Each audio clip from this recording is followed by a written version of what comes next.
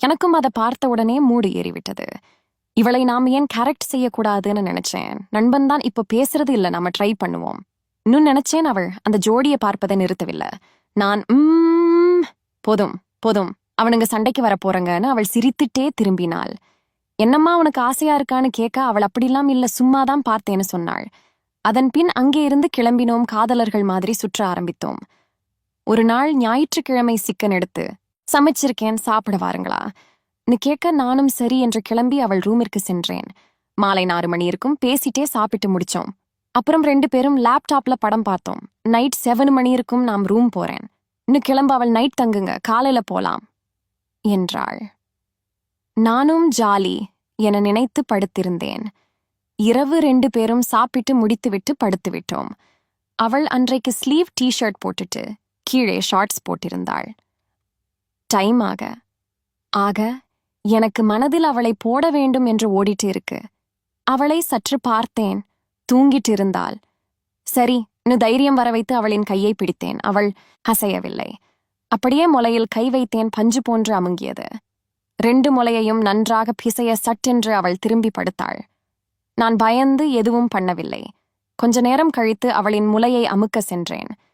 திடீரென அவள் என் கையை பிடித்து என் உதட்டில் முத்தம் கொடுக்க ஆரம்பித்தாள். எனக்கு ஒரே சந்தோஷமாக இருந்தது. அப்படியே ஒரு 10 நிமிடம் முத்தத்திற்கு ஒதுக்கினோம். நான் லைட் போட்டேன். அவள் ஆஃப் பண்ண சொன்னாள். இல்லடி, உன் உடம்பு அழகை பார்க்கணும் டீ சொல்ல அவள் சிரித்தாள்.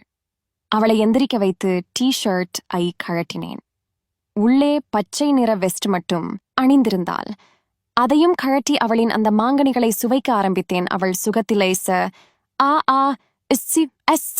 என முனங்கினாள். ரொம்ப நேரம் மோலையை சப்பிட்டிருந்தேன். அவளுக்கு அது ரொம்ப பிடித்திருந்தது. நான் என் ஆடையை கழட்டி நிர்வாணமானேன்.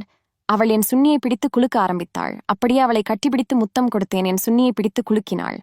அவளின் ஷார்ட்ஸை கழட்டி படுக்க வைத்தேன். கருப்பு நிற ஜட்டி அணிந்திருந்தாள். அது எனக்கு இன்னும் மூடை கிளப்பியது.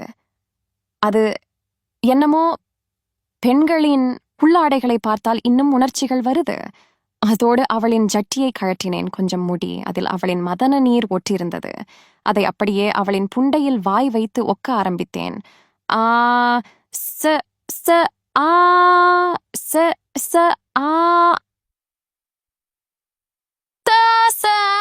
என முனங்கினாள். பின் அவளை என் சுண்ணியை ஊம்ப வைத்தேன். நல்லா உள்ளே வெளியே என சப்பி உறிஞ்சி எடுத்தாள். பின் அவளை குனிய வைத்து அவளின் சூத்து வழியே புண்டை ஓட்டையில் சொருகினேன். உள்ளே சலக் என்று போனது. புண்டையில் விட்டு சும்மா ஆட்டினேன். அவள் என அப்படிதான் என முனங்கினாள். அதன் மல்லாக்க படுக்க வைத்து புண்டையில் சொருகினேன். அப்படியே ஒரு 15 நிமிடம் ஒத்தேன். அவள் என் உதட்டை கடித்து இடுப்பை தூக்கி ஆட்டி நான் அடிக்கும் வேகத்திற்கு இணையாக செய்து உச்சமடைந்தாள்.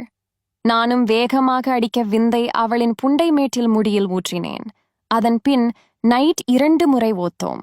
இப்போ வரைக்கும் நல்லா ஓக்குறோம்.